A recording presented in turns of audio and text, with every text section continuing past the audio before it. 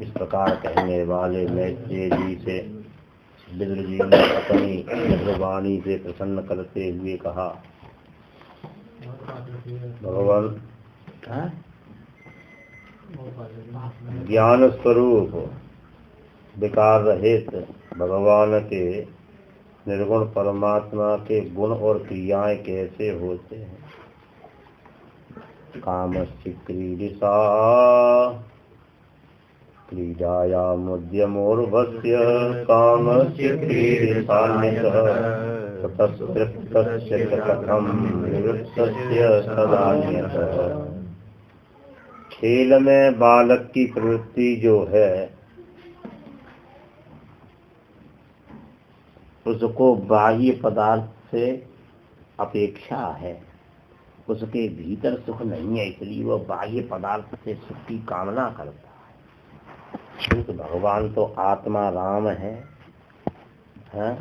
और उनको तो दिव्य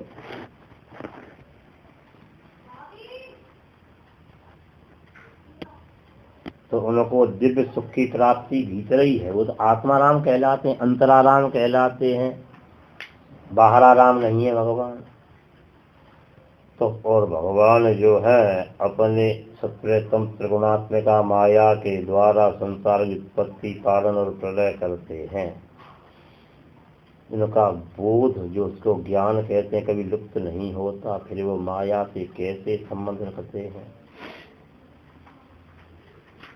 भगवाने एवैष सर्वक्षेत्रेषु अवस्थितः अमुष्य दुर्भगत्वं वा क्लेशो वा कर्मभिकृतः। भगवान ही सबके क्षेत्रों में विराजमान है। ईश्वर सर्वभूतानां हृदयेश्वरीं तिष्ठति ब्राह्मण सर्वभूतानि इंद्रारूढ़ानि माया। गीता के 18,000 करीब 60 श्लोक है शायद। तो जो सबके अंदर भगवान विराजमान है, तो एक व्यक्ति अभागा, एक भाग्यवान, एक सौभाग्य संपन्न, एक गरीब, एक धनाढ्य, एक रोगी, एक निरोगी क्यों होता है? जब भगवान ही सबके अंदर, भगवान सब अच्छा काम क्यों नहीं कराते हैं, क्यों बुरा करवाते हैं भगवान, है ना? ये बात कही।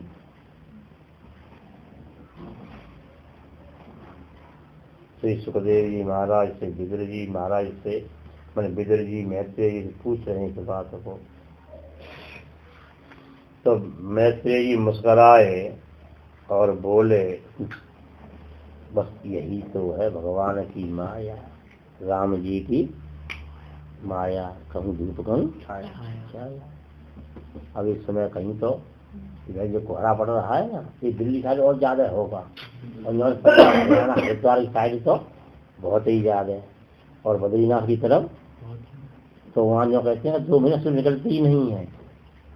दिल्ली में भी 10 दिन कंटिन्यू हो जाते हैं। हाँ, और इधर जो है ना, ये इस इधर से शिवपुरी से और आगे जो कहते हैं हमारे तो मुश्किल से कहीं एक आध दिन का कोहरा होता है, थोड़ा पूरी गाँव निकलती है हमारे यहाँ पर। बादल होता है तब बदली पानी का व्यवस्था, तब कोहरा नहीं पड़ता। दरिया कहते हैं। तो ये भगवान की माया है। बोले देखो, सेयं भगवतो माया यन्नयेन विरुध्यते ईश्वरस्य विमुक्तस्य कार्पण्यमुत बंधनम्। ये भगवान की माया है जो नीति से विरोध खाती है। ये तुमने जो कहा, ये नीति की बात कही है। माया में ये होता है, कर्म करने वाला दुखी होगा और कुछ नहीं करता वो सुखी दिखाई देगा। ये माया का प्रपंच है। एक व्यक्ति जो है, एक ही घर में 10 लोग रह रहे हैं और एक 9 सुखी हैं, एक दुखी है। ये माया है, ये वहां माया है।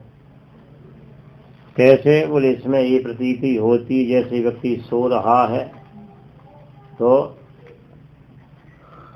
सपने में से काट लिया उसका किसी ने, सपने की जो बात जो होती है ना, ऐसी होती है, किसी को सुना था हंसेगा। कल सवेरे हम जगे तो हम क्या देख रहे हैं, बोले गिरिराजी जा रहे हैं तो रास्ता सोच करने गए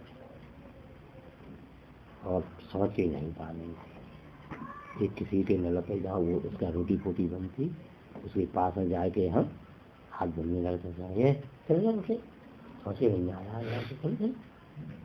दूसरी जगह एक नल पे एक महात्मा जो है नहा रहा है, वहाँ भी नहीं सोचे।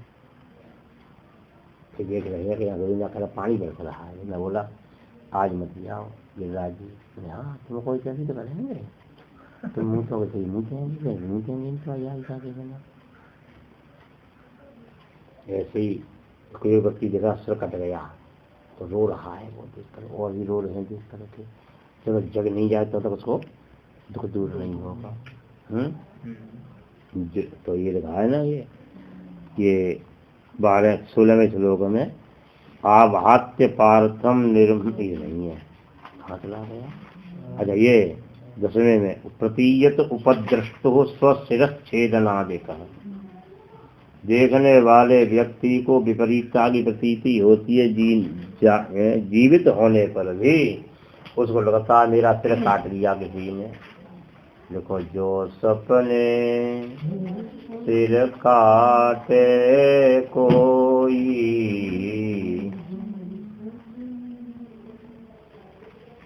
जो सपने सिर काटे कोई,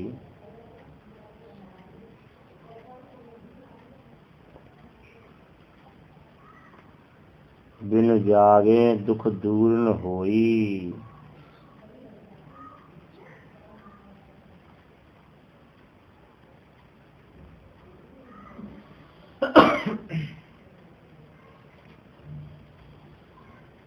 सपने होए भिखारी नृप रंक नाक पति होए, जागे हान लाभ कछु तिम प्रपंच जिम जोय।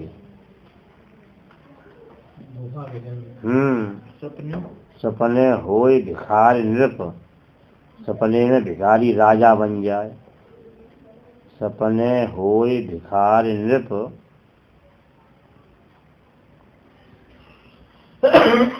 रंक नाकपति होए। रंक माने गरीब, नाकपति माने सड़क का स्वामी। सपने होए भिखारी नृप, राजा तो भिखारी बन जाए। और रंक माने गरीब, नाकपति, नाक नहीं जानते, ये नाक माने स्वर्ग भी होता है, ये भी होता है। नाक माने नाक तो होती ही है, नाक माने स्वर्ग। तो रंक नाकपति होए, जागे हानिन लाभ कछु, जागे हानिन लाभ कछु,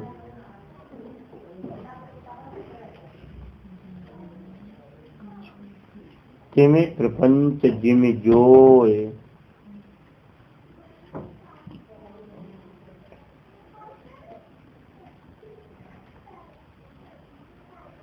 सपने में भिखारी गरीब बन जाए, गरीब राजा तो भिखारी बन जाए, और गरीब राजा बन जाए, स्वर्ग का इंद्र बन जाए, लेकिन जागने पर कोई हानि लाभ नहीं होता। तो तिम उसी प्रकार से ये प्रपंच जिम जोय, ये संसार का प्रपंच भी ऐसे ही जानो, इसको भी ऐसे ही समझना चाहिए कि जो एक तो सोने का सपना होता है, एक जागृत का सपना होता है। जो देख रहे तो सपना है, सपने में कोई नहीं अपना है।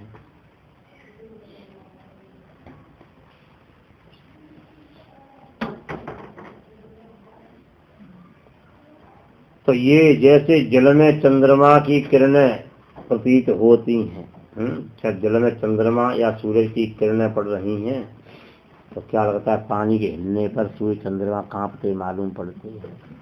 कि व्यक्ति बड़ा भारी सूर्य चंद्र का उपासक है, वो तालाब के किनारे आंच लगाए के बैठ जाएगा। वो क्या कर रहे हैं, सूर्य को गर्मी लगी, देख तपा रहा हूँ, सूर्य भगवान कांप रहे हैं, देखिए। और तालाब में सूर्य भगवान की और चंद्रमा की जो किरणें हैं, जो बिंब पड़ रहा है ना, तुम्हारे आंच बढ़ाने से सूर्य भगवान गर्म नहीं हो रहे हैं, और पानी या सूर्य की बिंब पड़ने से ठंडे नहीं हो रहे हैं।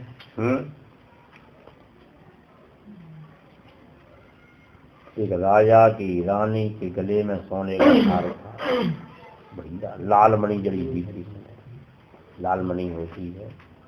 उसने स्नान किया, उतार रख दिया। स्नान करते समय वस्त्र आभूषण उतार रख दिया जाता है।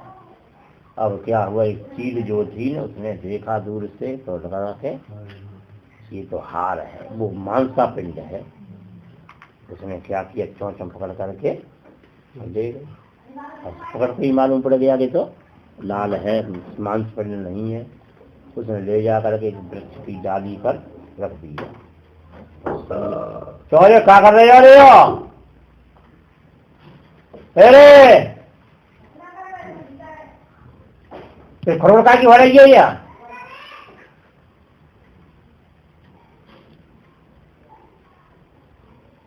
तो उसने डाली पर रख दिया। वो वृक्ष जो है तालाब के किनारे पर था। सवेरे एक धोबी कपड़ा धुलने जाता तो आज उसको देर हो गई, जैसे जल्दी पहुंच जाते हैं ना। तो उसने जाकर कपड़ा रखा तो उसने देखा तो सोने का हार जिसमें लाल जड़े हुए दिखाई दे रहा था पानी में। एक कूद पड़ा बिना कपड़े उतारे ही। तो धोबी हुए, धीवर हुए, केवट हुए, पानी के तो बड़े मर्मज्ञ होते हैं। उसने देखा, फिर कूद करके उसने निकालना चाहा, नहीं निकले।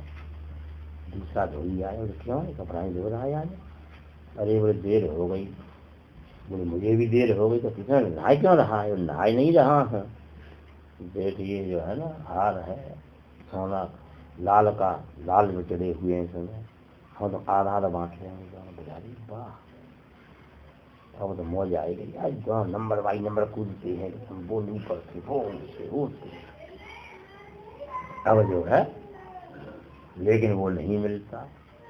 इतने में संत जी श्री अनुराग सरस्वती जी महाराज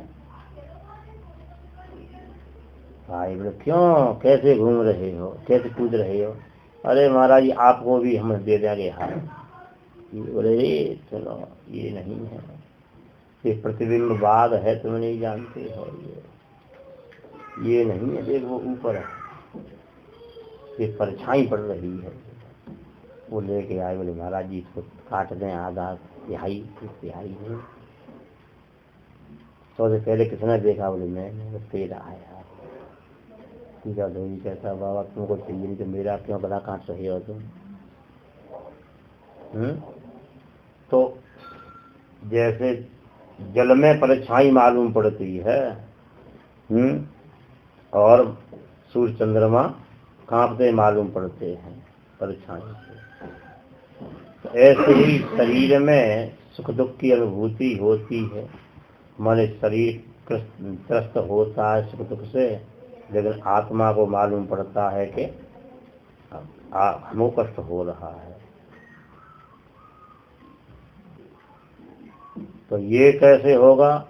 बोले निवृत्ति धर्म वैराग्य पूर्वक भगवत समर्पित भाव से जब कर्म किया जाता है, भक्ति योग से धीरे धीरे कर संतुष्ट हो जाता है। तो ये भगवान का गुणानुवाद जो है ये सब क्या है? बोले सब जीव के दुखों का विनाश कर देता है।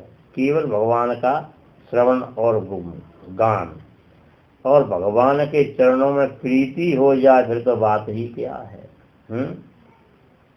भगवान के चरणार बिंद में सेवा के प्रति अनुराग जागृत हो जाए फिर तो बात ही क्या है।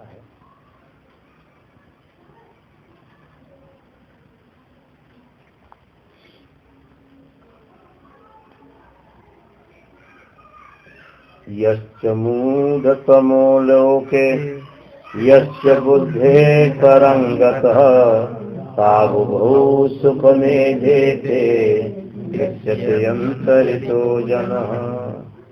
विदुर जी ने कहा महाराज आपने मेरा संदेह निवृत्त कर दिया।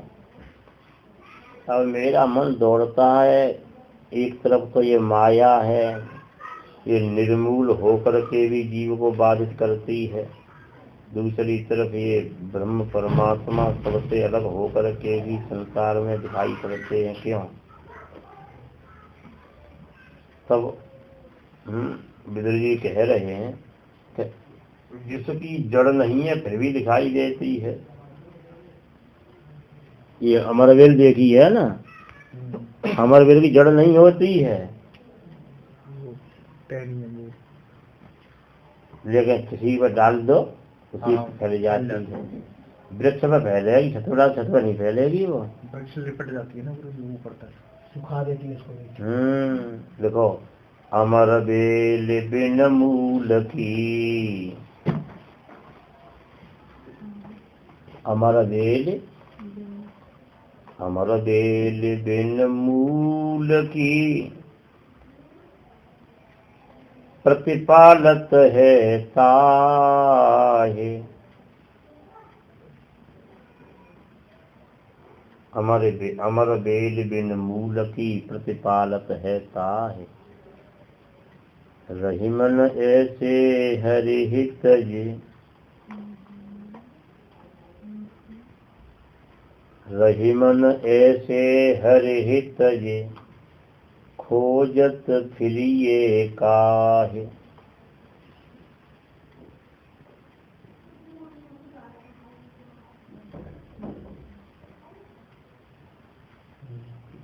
खोजत फिरिए काहे, बोले संसार जो है इसमें अमरवेल जो है उसकी जड़ नहीं होती, ये भगवान उसका भी पोषण करते हैं। हाँ, तो रहीम जी कहते हैं ऐसे हरि भगवान को त्याग करके, रहीमन ऐसे हरे तज, तज माने छोड़कर, खोजत फिरिए काहे, खोजत फिरिए काहे। तो उन्होंने कहा देखो संसार में दो व्यक्ति सुखी हैं, या तो नंबर 1 का मूर्ख या नंबर 1 का ज्ञानी। और अधकचरा है ना, वो तो बेचारा कहीं का नहीं रहता, बीच वाला तो पिछलता ही रहता है, समझ रहे ना। जो बीच वाला है वो सदा बिछता ही रहता है। बोले देखो ये भगवान की माया है, भगवान खेल खेल रहे हैं। चौराहे पे देखा है ना, एक बाजीगर होता डूडी हो जाता है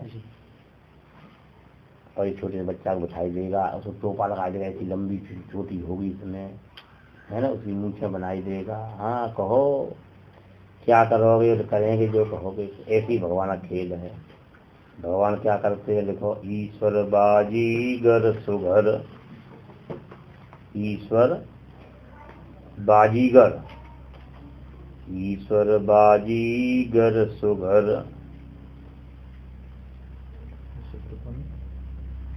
ईश्वर बाजीगर सुघर माने सुंदर, सुंदर बाजीगर है ईश्वर। जगजेवरी को सांप, और संसार क्या है, जेवरी को सांप। जेवरी जानते हो, रस्सी। जगजेवरी को सांप मन वैसा बना के रख देता है, करके ऐसा बनाई देता है ना। जगजेवरी को सांप, जीव जमुड़ा मेलगर, वो जमुड़ा, जमुड़े है बच्चे, जमुड़े कहता है ना। तो जीव रूपी जमुड़ा जो है ये उसके गले में ये जेवरी का सर्प डाल दिया। इसको देख करके जीव जमुड़ा मेलगर, सुर नर मुनि सब कांप, सुर नर मुनि सब कांप। अब उससे सब देवता मनुष्य मुनिजन सब कांप रहे हैं। तो ये भगवान की जो माया है, इसके कारण जीव भ्रमित हो रहा है।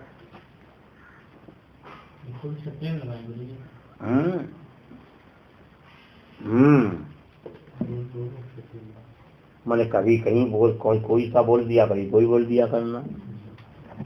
तो यहाँ कह रहे हैं देखो संसार में दो तरह के व्यक्ति हैं ना, या तो अज्ञानी बन जाओ, भगवान कहते हैं या तुमको उद्धार चाहना है तो ऐसा नंबर 1 के अज्ञानी बन जाओ या नंबर 1 के ज्ञानी बन जाओ, और बीच वाले रहोगे तो फिर भिजते ही रहोगे। तो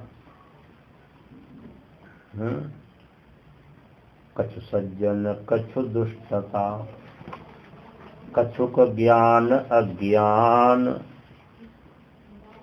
कछु सज्जन, कछु तो सज्जन बनेंगे और कछु दुष्टता। भगवान को याद है सज्जन बनो तो एकदम दत्तात्रेय ध्रुव जैसे बन जाओ, जैसे मुझे ही आना पड़े, और दुष्ट बनते हो तो हिरण्यकशिपु, हिरण्याक्ष जैसे बन जाओ।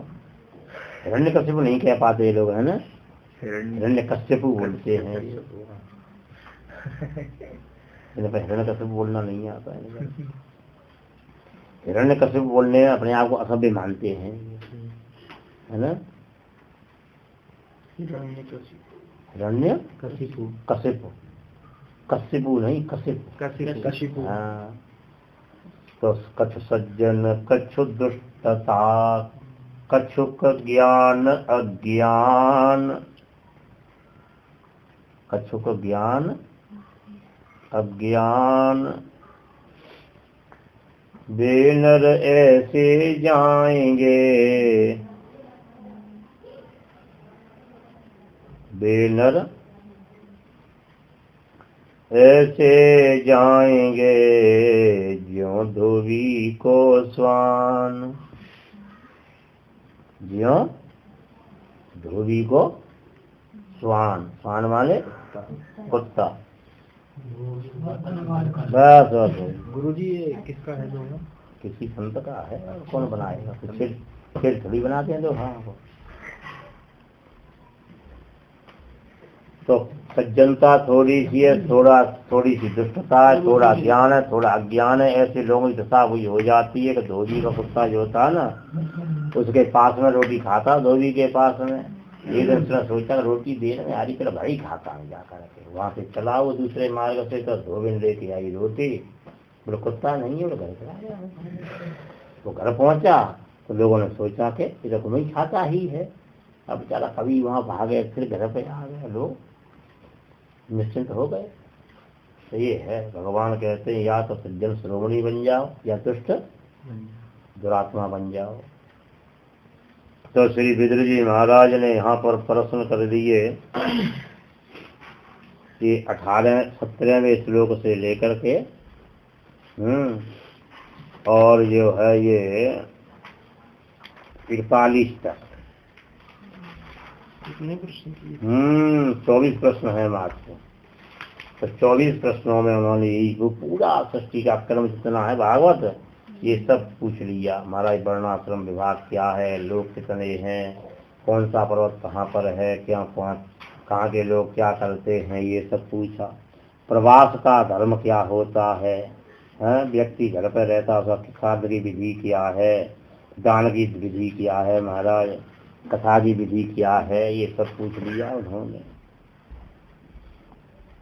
अनुव्रतानां शिष्याणां पुत्राणां च द्विजोत्तम अनापृष्टमपि ब्रूयुः गुरवो दीनवत्सलाः। गुरुवरनाथ शिष्य जो हैं आज्ञा पालक 36वां, तो जो आज्ञा पालक शिष्य हैं उनसे गुरुदेव जो हैं बिना पूछे हुए बोल देते हैं, समझे ना। क्या सुभद्रा का जन्म कब हुआ, समझे, सुभद्रा का जन्म तब मालूम पड़ा, अभी तो कथा आएगी ना तुम्हारे सामने, सुभद्रा जी जन्म की, है ना। तब वहाँ पर कहेंगे देखो सब में से लिखा हुआ होगा। 8 पुत्र तक ही तो केवल उसको भय था ना, 8 पुत्र होने के बाद में उसके तो उनके मन में ये था कि 8 ही संतान होंगी केवल, उनको ये थोड़ी मालूम था कि 8 के लिए तो हमारी नोटिस दिया गया है बात। तो गुरुवरनाथ जो होते हैं वे अपने शिष्य के लिए बिना पूछे हुए भी ज्ञान दे देते हैं। बूढ़ो तो प्रसाद दुराव है, अर्थ अधिकारी जहाँ पाव है, क्योंकि ज्ञान जो है अपने आप नहीं होता व्यक्ति को, महापुरुषों की कृपा से होता है। रामानुज संप्रदाय के आचार्य वे श्री यामुनाचार्य जी। रामानुजाचार्य जी बाद में यामुनाचार्य, समझे ना। लक्ष्मीनाथ समारंभम नाथयामुन मध्यमा अस्मदाचार्य पर्यंतम वंदे गुरु परंपरा। तो श्री यामुनाचार्य जी के पिता माता के कोई संतान नहीं थी। यमुना मैया से प्रार्थना की उन्होंने, हे माँ, यदि हमारे पुत्र हो जाए तो हम तुम्ही को समर्पण कर देंगे। गुरुदेव कृपा का उदाहरण दे रहे हैं, एकदम हृदय स्पर्शी।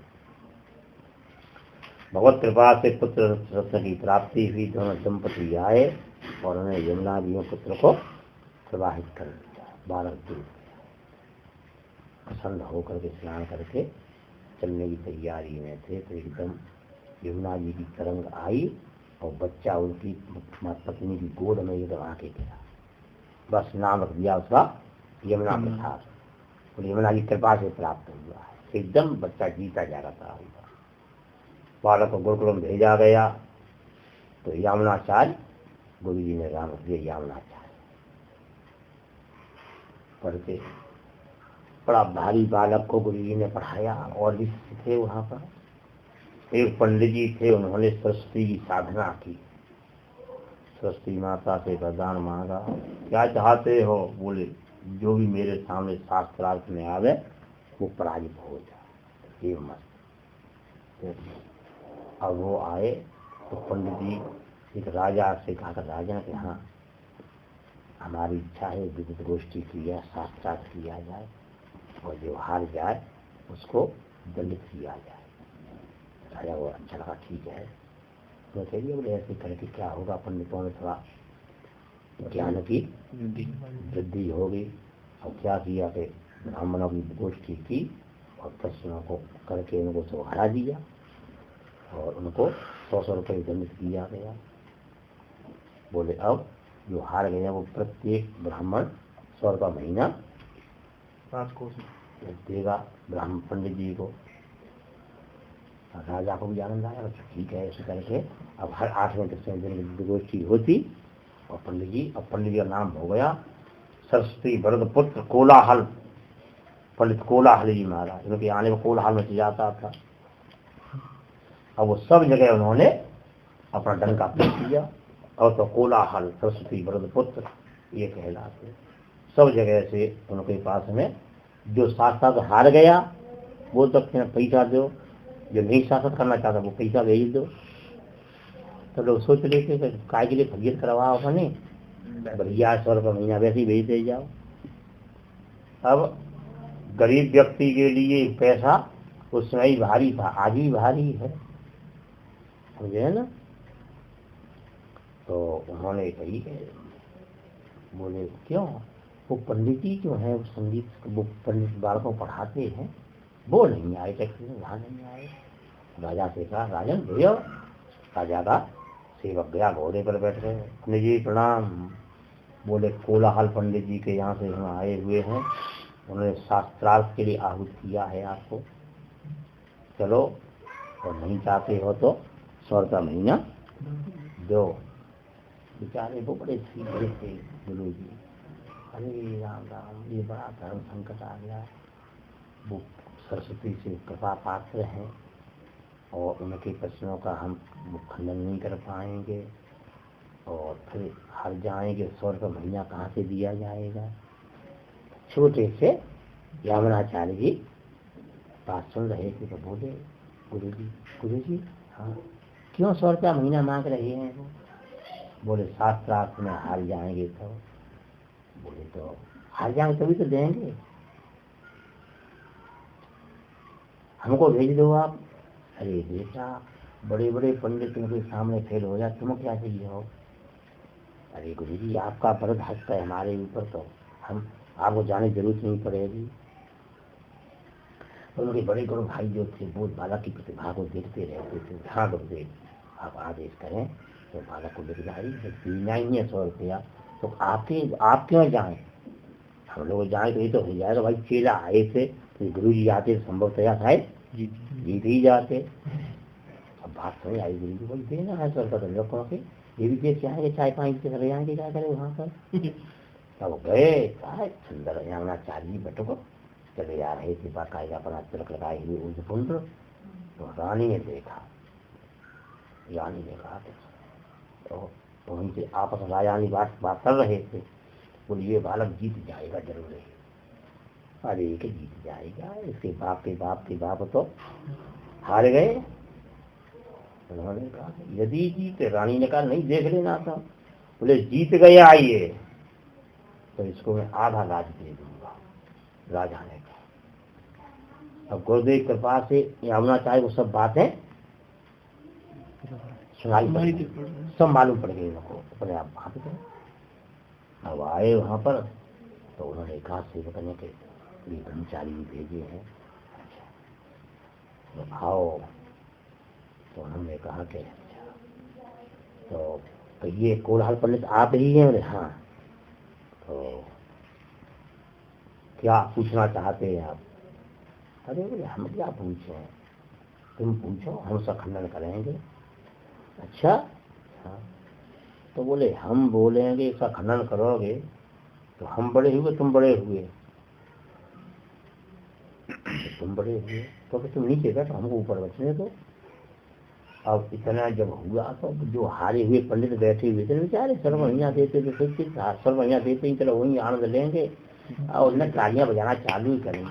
बोले अब उन पर्वत के नीचे आया, तब नीचे तक बैठाया ये नहीं तो ऊपर बैठता मुझ बताओ दे करके। तो उन्होंने कहा अच्छा आप खंडन करोगे? बोले हाँ करो खंडन। रानी पतिव्रता है, खंडन करो। खंडन क्या होगा? रानी पतिव्रता नहीं है तो खंडन होगा ना। अब तुम कहोगे पतिव्रता नहीं है तो रानी तुरंत तलवार गले में चलवाई गई, इतने महीना चलाए रहे हैं भेदरा की तरह इसको, और इसको पैसा 100 रुपया महीना दिलवा रहे हैं और पंडितों का ये इनाम दे रहा है, आशीर्वाद देने के लिए आया हुआ है। उन्होंने कहा ये नहीं, ये तो प्रश्न अनर्गल है तुम्हारा। अनर्गल नहीं, और पंडित बोले अनर्गल नहीं है महाराज, उत्तर नहीं बन रहा है तुम पर। आज सब धनाधन धनाधन यहाँ ताली जा रहे थे, यो नहीं यहाँ करके यहाँ बजा रही तालियां बड़ी जोर से। फिर उन्होंने कहा करो खंडन। राजा धर्मात्मा है, राजा धर्मात्मा है, करो खंडन। अब खंडन का मतलब क्या होगा कि राजा धर्मात्मा नहीं है तो राजा खुद ही तलवार निकालेगा। अच्छा अधर्मी हूँ मैं, इतने दिनों से तुझे काजू बादाम का घोल पिला रहा हूँ और 100 महीना दिलवा रहा हूँ, अधर्मी हूँ तब दिलवा रहा हूँ तुझे को।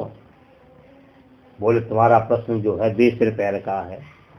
तब राजा ब्राह्मण बोले बेसिर पैर का हो गया, तुम्हारे सब सिर और पंख के पैर प्रश्न हुआ करते थे जो हमको तुम पराजित किया करते, तुमने पराजित कर दिया हमको थोड़ा में ही। बोले करो खंडन।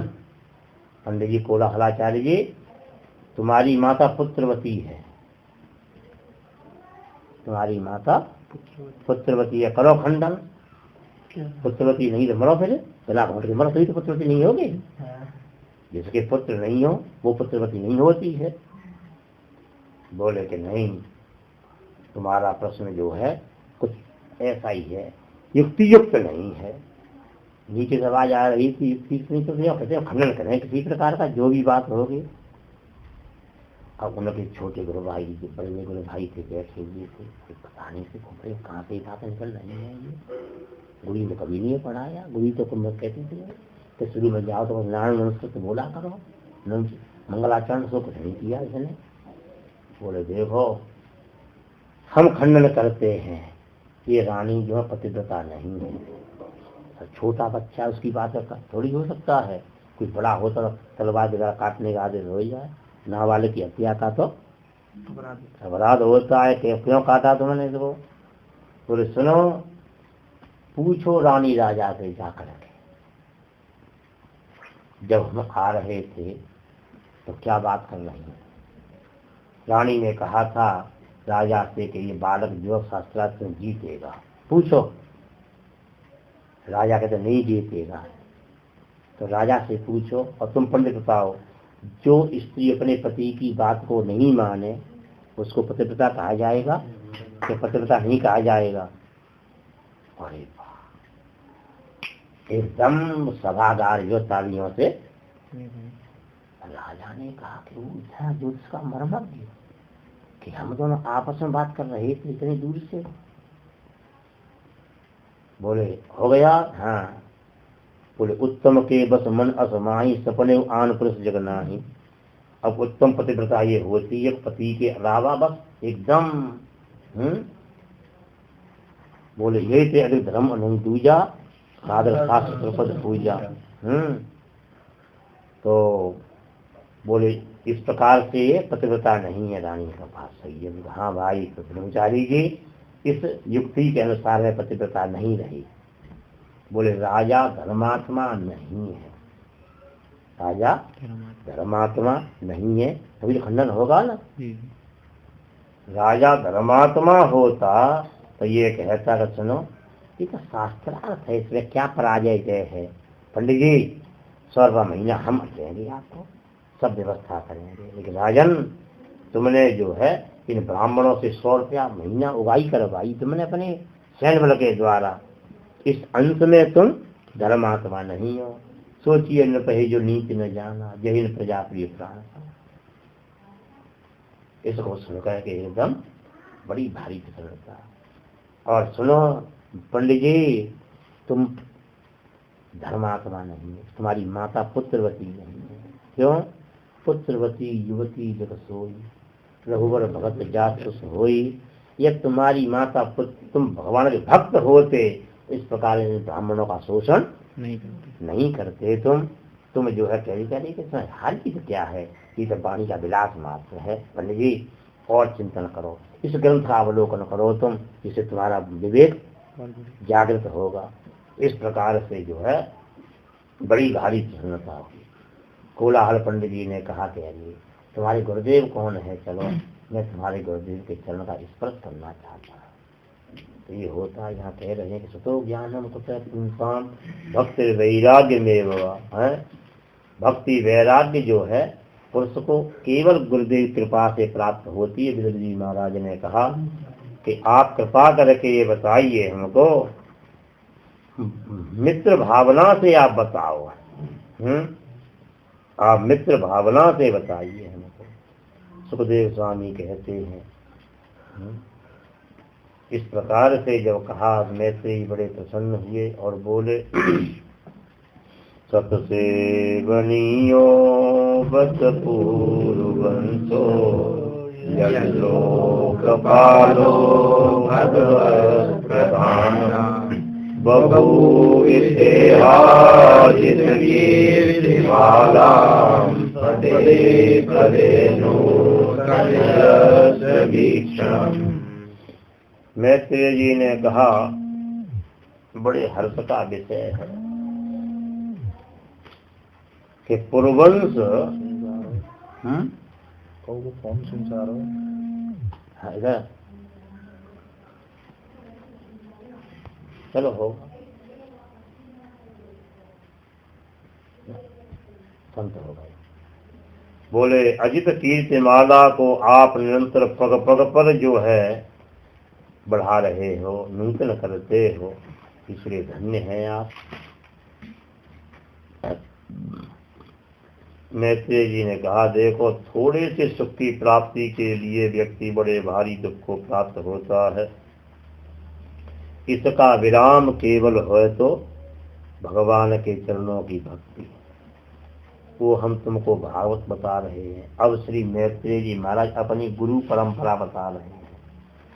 गुरु परंपरा पूर्व में ये था न कि अपने बताते थे कि हम किन के शिष्य हैं, कहाँ से हमारा गुरुद्वारा चालू हुआ। आज क्या करते हैं, बोले हमने तो मार्ग चालू किया है, हम किसी के शिष्य नहीं है, दुनिया हमारी शिष्य है। आज ये होता है। मैत्रेय जी महाराज कह रहे हैं कि देखो संकर्षण भगवान के चरणों में जाकर के सनक सनंदन सनातन संत कुमार ऋषियों ने सर रखा। तो संकर्षण भगवान ने सनत कुमार जी को उपदेश दिया भागवत जी का। फिर सनत कुमार जी महाराज ने सांख्यायन ऋषि को चेला बनाया। सांख्यायन ऋषि ने 2 चेला बनाए, पराशर जी महाराज और बृहस्पति जी। बृहस्पति जी महाराज ने उद्धव जी को कथा सुनाई और पराशर जी ने मैत्रेय जी के लिए। तो मैत्रेय जी कह रहे हैं कि हमारे गुरु जी ने डायरेक्ट हमको नहीं दी कथा, तो गुलाब से दी। बोले हमारे गुरुदेव जी से पुलस्त मुनि ने कहा कि तुम भागवत की कथा किसी एक सुपात्र ब्राह्मण को दे दो तो तुम्हारा पाप नष्ट हो जाएगा। हमारे भागवत कथा सुनाने से पाप भी नष्ट होते हैं। जैसे तुम कथा सुनाओगे सप्ताह तो उसको दक्षिणा तो मिलेगी ही, लेकिन पाप भी नष्ट होंगे। इसलिए कथा कहने फायदा ही फायदा है, समझे ना। लोग चलते जो कहते हैं हम घर से चल दिए बस हमारा मीटर चालू हो गया। तो जो भी हम गुटखा का एक पत्ता खाएंगे, पानी पिए, वो सब यजमान का लेते हैं कहते हैं। ये क्या गुरु जी, मतलब 2 गुरु थे कहने, बृहस्पति जी और पराशर जी? मैत्रेय जी मैत्रेय 2 गुरु गायब हुए। परमहंसों में प्रधान सांख्यायन जी को जब भगवान की विभूतियों का वर्णन करने की इच्छा हुई तब उन्होंने इसे अपने अनुगत शिष्य हमारे गुरु श्री पराशर जी को और बृहस्पति जी को सुनाया। हाँ, तो सांख्यायन के 2 चेला हैं। अच्छा, सांख्यायन के 2 चेला हैं दोनों। जैसे एक आपके 2 छोरा है गए, तो क्या हुआ था कि श्री पराशर जी के पिताजी शक्ति जी महाराज, इनको सौदास राजा जब वो बन गया था राक्षस, तो उन्होंने खाई लिया, शक्ति महाराज चबा गया। तो इनको पराशर जी को बड़ा गुस्सा आया। बोले अब हम राक्षस ही नहीं रहने की धरती पर, और राक्षसों का यज्ञ स्वाहा स्वाहा होने लग गया। शक्ति को भी खा ली थी, शक्ति को ही तो खाया वगैरह खाया था। वो ब्राह्मणी जो थे संभव व्रत, तो ब्राह्मण को चबाई गए थे। शक्ति महाराज को भी चबाई गए। बोले शक्ति कभी तुम्हारे अंदर आई, शक्ति को खाएंगे तब, शक्ति को खाने से शक्ति जो आएगी बैठ के शक्ति आ जाएगी। जब लोग शक्ति भोग आटा खाते हैं ना, उससे हमें भोग की शक्ति बढ़ती है फिर, है ना। तो क्या हुआ, पुलस्त मुनि के नाती पोता है राक्षस जितने हैं सब, तो उन्होंने कहा अरे भाई देखो, तुमने जिस राक्षस के मारने के लिए ये यज्ञ किया वो तो मरा नहीं अभी, वो तो साप से मुक्त हो गए ना, ये बेचारे निर्दोष सब जल गए। तो इसलिए उन्होंने कहा बात ठीक है। बोले तुम्हारे पिताजी का अंतिम समय आ गया था, तो बोले अब इसका प्रायश्चित किया। बोले प्रायश्चित ये तुम कथा सुनाओ। तो मैत्रेय जी महाराज को उन्होंने पराशर जी ने कथा सुनाई। तो वही परम पावनी कथा मैं तुमको सुना रहा हूँ। विदुर जी महाराज से कह रहे मैत्रेय जी कि तुम जो है श्रद्धालु हो वत्स, तुमको सुना रहा हूँ मैं। तो सृष्टि के अंत में केवल जल ही जल था, कुछ नहीं था। भगवान की इच्छा हुई तो उसमें से भगवान ने जल में प्रवेश किया, उनकी नाभि से एक अंकुर पैदा हुआ, वो कमल बन गया। और कमल के ऊपर ब्रह्मा जी ने देखा कि सो योसावहमब्ज पृष्ठ एतत्कुतो वाब्जमनन्य दक्षु अस्ति यदस्ता देह किंचनैतदधिष्ठितं यत्र सतानुभाव्यम। 18 क्यों ये मैं बैठा हुआ हूँ कमल के ऊपर, ये कौन है? ये कमल कहाँ से आ गया है? ये पानी के भीतर कोई है जरूर, खाली पानी में कमल नहीं हो सकता, कहीं ना कहीं कोई ना कोई होगा जरूर। या ढूंढता हूँ। अब ब्रह्मा जी बहुत समय तक ढूंढते रहे बेचारे। कमल डंडी में, वो कमल डंडी होती है ना, उसके भीतर टोल होती है, धागा जो होता है उसमें कीड़ा बन करके बहुत समय तक ढूंढते, लेकिन आर पार को प्राप्त नहीं कर पाए। फिर देखा तो भगवान का दिव्य सौंदर्य दिखाई दिया है उन्होंने को, और भगवान को देख करके स्तुति करने लगे। ये 32वें में है ना, ददर्श देवो जगतो विधाता नाथः परम लोक विसर्ग दृष्टि। बोले उन्होंने देखा है धीरे धीरे करके कि भगवान है, भगवान की नाभि से कमल उत्पन्न हुआ। अरे तो मैं बैठा हूँ यहाँ पर, भगवान के ऊपर हूँ मैं तो, नाभि के ऊपर। और स्तुति करने लगे ब्रह्मा जी।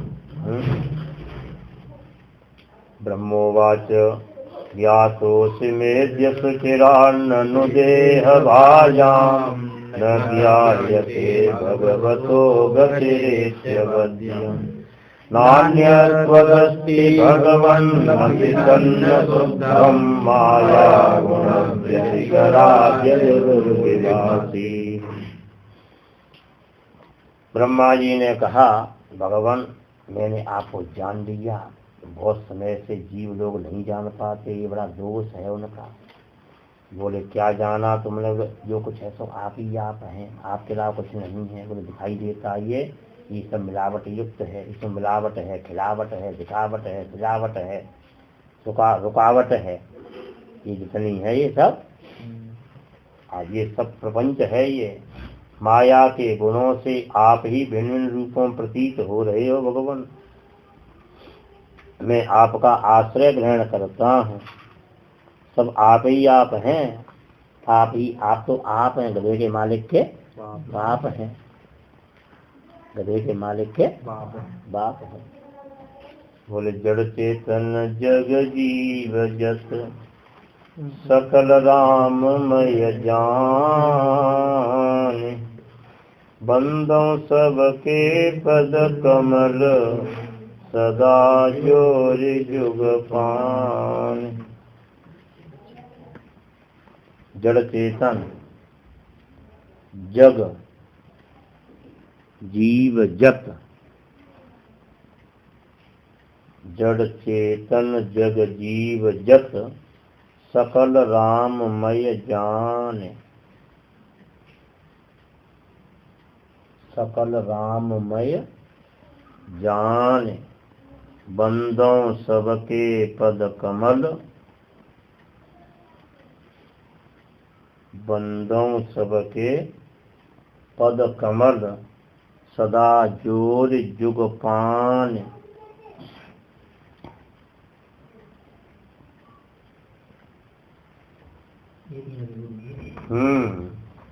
बोले भगवान आप सैकड़ों अवतारों के एकमात्र बीज हैं, आप जो है नित्य आनंद स्वरूप हैं, आपके चरणों में मेरा नमन है।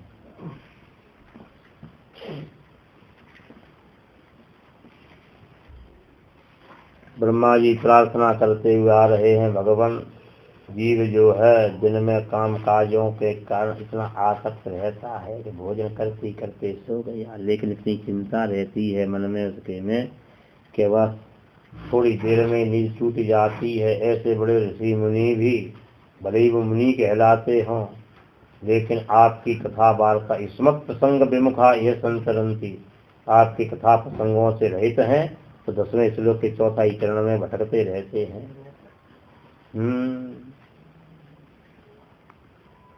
यो वा अहम च गिरिशश्च विभो स्वयं च स्थित्युद्भव प्रलय हेतव आत्ममूलम् हित्वा त्रिपादवृद्ध आयेक उरो प्ररोह तस्मै नमो भगवते भुवन द्रुमाय। मैं ब्रह्मा जी कह रहे हैं, मैं शंकर जी स्वयं विभू समर्थ नारायण ये रचना पालन प्रलय के हेतु हैं। ये सत्वर स्तंभ त्रिगुणात्मक इस प्रपंच का भेदन करके एक ही कमल के रूप में जो अनेकों प्रकार से विभक्त हुए, ऐसे भुवनद्रुम संसार वृक्ष रूपी आप परमात्मा के लिए हमारा नमस्कार है। संसार वृक्ष है न भगवान। नूतन जलधर रुचये गोप बधूटी दुकूल चौराय नमस्त समय श्री कृष्णाय संसार महीरभस्य बीजाय। उन भगवान को नमस्कार है जो कि नूतन जलधर नई नवीन मेघ की सी कांति है, जिनकी गोपियों के वस्त्रों को चढ़ाने वाले संसार वृक्ष के बीज, उन भगवान के लिए हमारा नमस्कार है। इस प्रकार से ब्रह्मा जी ने स्तुति करी और उनसे प्रार्थना की, भगवान अभी स्तुति कर रहा हूँ आपकी, फिर बाद में भूल नहीं जाऊँ आपको, ऐसी कृपा करो। मारीर शीष्ट निगमस्य गिराम विसर्ग 24वें श्लोक में बोले भगवान में आपके नाभि सरोवर से उत्पन्न हुआ, ये मेरी वाणी की रचना नष्ट न हो जाए, ऐसी कृपा करो आप। भगवान बड़े प्रसन्न हुए और बोले ब्रह्मा जी आलस मत करो, सृष्टि के कार्य में लग जाओ तुम, ये मत सोचो पूछ का महीना है। शुभम शीघ्रम भूयस्तुम तब आतिष्ठ विद्याम से मदाश्रयाम ताभ्याम अंतर हृदय ब्रह्मन लोकान द्रक्ष अपाव्रतान 30वें श्लोक में तुम फिर से तपस्या करो, ये स्तोत्र और तपस्या के द्वारा सब कुछ देख लोगे तुम। ऋषि माध्यम न बदनाति पापी यांस्ताम रजोगुण यन मनोमय निर्बद्धम प्रजा संसर्जितो पिते 35वें श्लोक में बोले आज ऋषि तुमको ये प्रयोगुण पापी जो है बाधित नहीं करेगा, क्योंकि जो मन मेरे में प्रवेश कर गया सृष्टि रचना करने वाले तुम्हारे लिए बाधित नहीं करेगा। और तुमने एक स्तोत्र कहा है मेरा, इसको जो भी पढ़ेगा उसको मेरी भक्ति प्राप्त हो जाएगी, मैं शीघ्र प्रसन्न हो जाऊंगा उसके ऊपर। ऐसा कहकर के भगवान ने वहां से प्रस्थान कर दिया। व्यज्येदम स्वेन रूपेण कंजनाभस्तिरोदधे 44वें श्लोक में इतना कहकर के भगवान वहां से अंतर्हित हो गए। कृष्णाय वासुदेवाय हरये परमात्मने प्रणतक्लेशनाशाय गोविन्दाय नमो नमः।